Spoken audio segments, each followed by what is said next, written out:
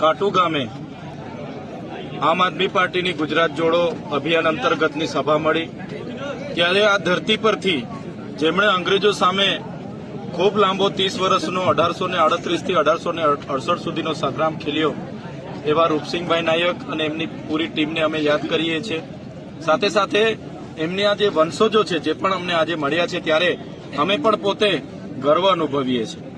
આજે દેશમાં જે પ્રકારે ચાલી રહેલું છે તે પ્રકારે આજે ભારતીય જનતા પાર્ટી છેલ્લા 30 વર્ષથી ગુજરાતમાં એમનું શાસન છે। એક બાજુ યુવાનો ભણી ગણીને પોતાના પરીક્ષાઓ આપવા જાય છે ત્યારે પેપરો ફૂટે છે અને એક બાજુ ટોલના નામે લૂંટ ચાલે છે, મોંઘવારી એટલી બધી વધી ગયેલી છે, પોલીસ દ્વારા અનેક પ્રકારે દંડ ઉઘરાવવામાં આવે છે અને આ વિસ્તાર એ નજીકના આવતા અનેક ડેમોની બાજુમાં આ વિસ્તાર છે, છતાં ડેમોનું પણ પાણી આ વિસ્તારને આજ દિન સુધી મળ્યું નથી।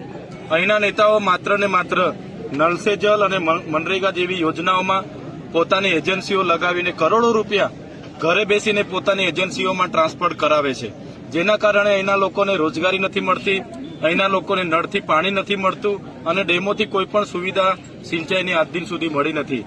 ત્યારે આ વિસ્તારના લોકો આજે મોટી સંખ્યામાં અહીંયા ઉમટી પડ્યા છે। અમે લોકોને આહવાન કર્યું છે, આઝાદીના 78 વર્ષ પછી આ લોકો વિકાસ પર્વ કાઢે છે, વિકાસ મહોત્સવને રથો ફેરવે છે, અમૃત મહોત્સવો કાઢે છે અને અહીંયા તો શિક્ષકો નથી, શાળાના ઓરડા નથી, બાળકો કુપોષણથી પીડાય છે, સિકલસેલથી પીડાય છે અને આ વિસ્તારમાં રોજગાર પણ નથી। ત્યારે બધા જ લોકોને હવે સત્તા પરિવર્તનના આ ઝુંબેશમાં બધા જોડાય। આવનારી તાલુકા જિલ્લા પંચાયતમાં આમ આદમી પાર્ટી સ્વતંત્ર લડવા જઈ રહી છે। સારા લોકો આ સત્તામાં આવે, આ ઇલેક્શન લડે, જીતે, સત્તામાં આવે ને અહીંના લોકોના કામ કરે એવી અમે સૌને અપીલ કરીએ છીએ। આમ આદમી પાર્ટી જે પ્રકારે ગુજરાતમાં ખેડૂતોને પોતાના પાકના સારા ભાવ મળે, કડદા પ્રથા દૂર થાય એના માટેની જે લડત ચલાવી રહેલી છે અને જે પ્રકારે આ વિસ્તારના આદિવાસીઓ માટે જે પેન્ડિંગ દાવાઓ છે જેમને સનતો નથી મળી, કેટલાક લોકોને સનતો મળી છે પણ ઓછી જમીનની મળી છે, ત્યારે એ દાવાઓ પણ સરકાર સત્વરે આપી દે।